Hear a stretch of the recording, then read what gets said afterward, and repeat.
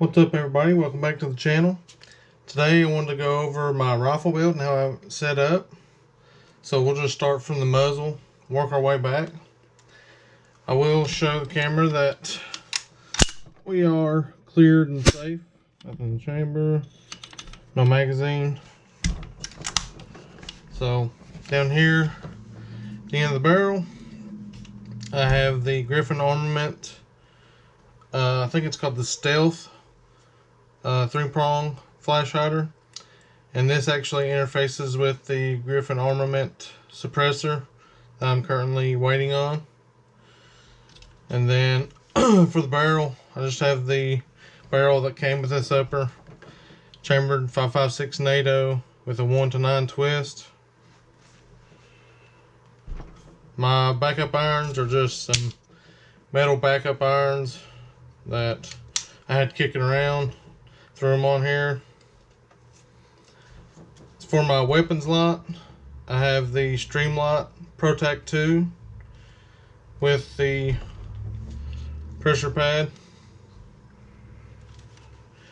And then underneath that, I have the Strike Industries angled grip. I can't remember the name of it right offhand, but really like this grip because of this portion of the grip here. I actually will wrap my index finger around when I shoulder it to help pull it into my shoulder and get more stability out of the rifle. And then also, if you're working barriers or anything, you can kind of help lock this in up against that barrier to help get more stability that way. Moving on down, my optic that I have on this rifle is the Primary Arms Cyclops 2, and this is the 1x. They do make a 3x, which I actually have on my AK build, which I will show in future videos.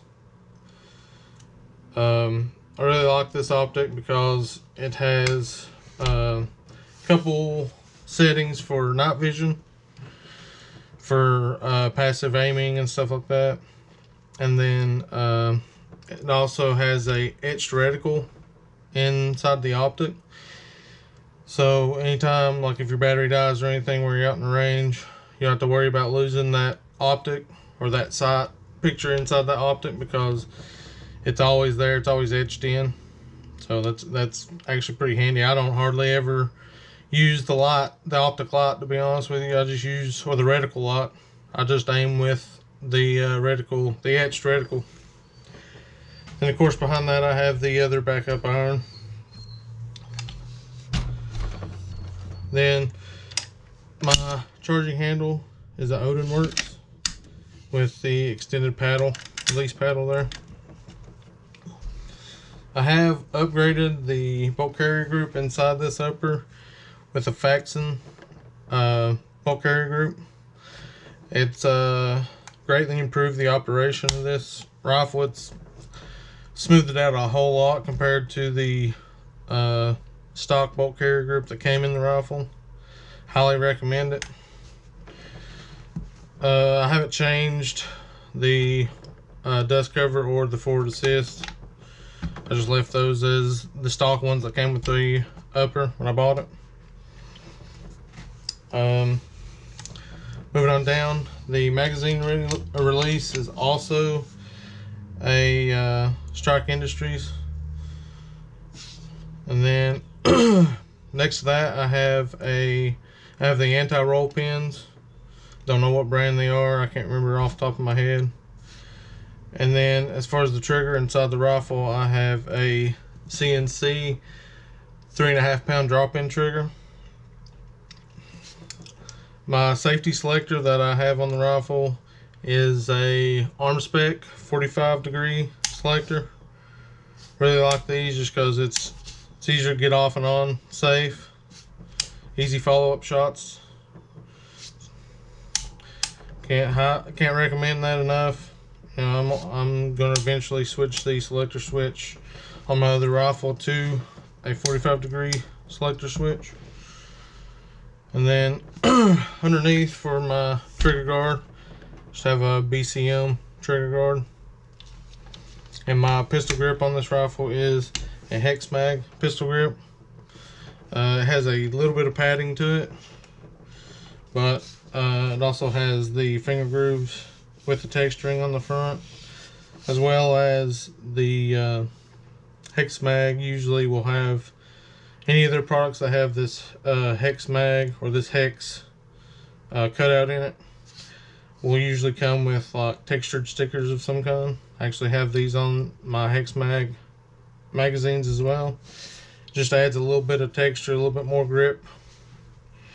And then at the bottom of the grip I just have a plug. Just simple, I think I got this off of Amazon for like $5, just to plug the end of the pistol grip. And then down there I just keep my scope caps, just so they're always with the rifle. Flipping the rifle over, the bolt release and bolt catch for this rifle is a Strike Industries enhanced bolt catch.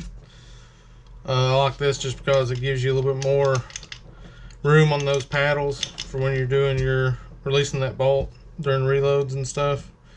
Sometimes, especially if you got gloves on, it's kind of hard to find the small paddles that come with most of your stock bolt catches. So I really like that. And then out here on the end, I just have the Mission First Tactical Minimalist stock. I mean, this stock's, it's held up for the last 4 or 5 years since I built the rifle. You know, dropping the rifle, having to mortar it to get brass and casings out of the chamber, you know, all kinds of stuff. I mean, hasn't cracked or anything on me, so I'm really impressed with this.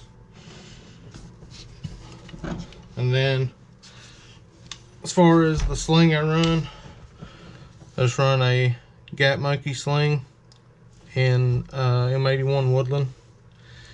That connects to the quick release up front, and then I just have the end of it weaved through the sling slot here on the stock. But yeah, that's the rifle build. If I make any changes to it or anything, I'll do an update video. But that's pretty much it, guys. If you got any questions about the build or anything, just send me a message over on Instagram. I'll have the link in the channel bio, and I'll see you in the next one.